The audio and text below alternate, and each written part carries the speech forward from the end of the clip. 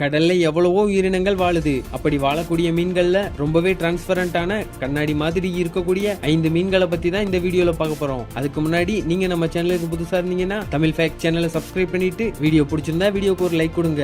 வாங்க வீடியோக்குள்ள போகலாம். நம்ம முதல்ல பார்க்க போறது கோஸ்ட் ஸ்ட்ரீம். இந்த வகை கோஸ்ட் ஸ்ட்ரீம் யுஎஸ்ஏல உள்ள ஆறுகள்ல தான் வாழுது. ரொம்பவே சுத்தமான தண்ணியில மட்டும்தான் இந்த கோஸ்ட் ஸ்ட்ரீம் வாழுமாம். இந்த உயிரினம் பகல்ல மறைஞ்சு தான் வாழுமாம். இரவு நேரங்கள்ல மட்டும்தான் வெளியே வந்து தனக்கான உணவுகளை தேடி சேகரிச்சு வச்சுக்குமாம். இந்த கோஸ்ட் ஸ்ட்ரிம்ப அக்வாரியம்ல தான் அதிகமா வளர்க்குறாங்க. அக்வாரியம்ல இருக்கிற தண்ணி டேங்க்ல மற்ற மீன்கள் சாப்பிட்டு போடுற மிச்சம் இருக்கிற உணவுகள் கீழே தண்ணி டேங்க்ல தங்கிரும். அப்படி கீழே தங்குற உணவுகள் எல்லாமே பூஞ்சைகளா ஃபார்ம் ஆயிரும். அந்த பூஞ்சைகளை மட்டும்தான் இந்த கோஸ்ட் ஸ்ட்ரிம் சாப்பிடும். அதாவது இது சாப்பிட்டு டேங்க கிளீன் ஆக்கிரும். நம்ம ரெண்டாவதா பார்க்க போறது சி ஏஞ்சல். பாக்குறதுக்கு அப்படியே ஏஞ்சல் மாதிரியே இருக்கும். கடல்ல மட்டும்தான் இந்த சி ஏஞ்சல் உயிர் வாழும். இது உயிர் வாழ்றதுக்கான தட்பவெட்ப சூழ்நிலை கடலுக்கு அடியில மட்டும்தான் இருக்குமாம். இந்த சி ஏஞ்சலுக்கு ரொம்பவே ஒட்டும் தன்மை இருக்குமாம். இந்த சி ஏஞ்சல் 5 சென்டிமீட்டர் வரைக்கும் வளரக்கூடியதா இருக்கும். இந்த உயிரினத்தை கடல் வண்ணாத்தி பூச்சி, அதாவது சி பட்டர்ஃபிளைன்னு சொல்லுவாங்க. இந்த சி ஏஞ்சல் டிரான்ஸ்பரண்டா இருக்கிறதுனால அதுக்கு தேவையான உணவுகளை மறைஞ்சிருந்து வேட்டையாடுமாம். ஒரு நொடிக்கு 100 மில்லிமீட்டர் வரைக்கும் அதோட சிறகுகளை வேகமா அடிக்குமாம். ஒரு நாளைக்கு 2 கிலோமீட்டர் தூரம் வரைக்கும் நீந்தியே போகுமாம். இந்த சி ஏஞ்சல்ஸ் பார்க்கவே அமேசிங்கா இருக்கும். நம்ம மூணாவதா பார்க்க போறது டிரான்ஸ்பரண்ட் ஸ்லாப்பா ஃபிஷ். இந்த ஃபிஷ்ஷை எல்லாரும் ஃபேக் ஃபிஷ்னு சொல்லுவாங்க.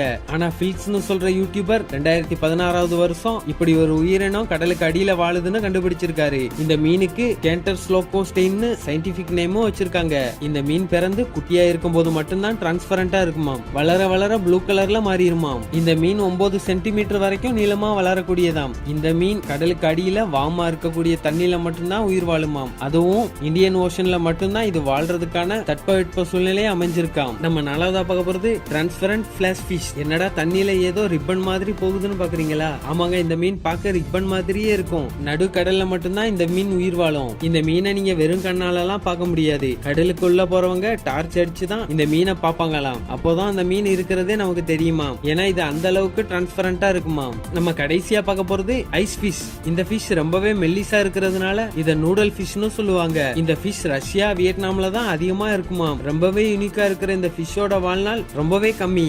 இந்த மீனுக்கு மத்த மீன்கள் மாதிரி முள் எதுவும் இருக்காதாம். இந்த மீன் 8ல இருந்து 23 சென்டிமீட்டர் வரைக்கும் நீளமா வளரும். யூரோப்ல தான் இந்த மீனை அதிகமா சமைச்சு சாப்பிடுவாங்க. ஓகே ஃப்ரெண்ட்ஸ், இந்த வீடியோல 5 வித்தியாசமான டிரான்ஸ்பரண்டான மீன்களை பத்தி கண்டிப்பா தெரிஞ்சிருப்பீங்க. இந்த வீடியோ பிடிச்சிருந்தா வீடியோக்கு ஒரு லைக் கொடுங்க. மறந்துடாம நம்ம சேனலை சப்ஸ்கிரைப் பண்ணிருங்க. இதே மாதிரி உங்களுக்கு ஏதாவது டாபிக்ல வீடியோ வேணும்னா கண்டிப்பா கமெண்ட் பண்ணுங்க. அதை பார்த்துட்டு உங்களுக்காகவே நான் வீடியோ ரெடி பண்ணி போடுறேன். இதே மாதிரி இன்னொரு நல்ல வீடியோல பார்க்கலாம்.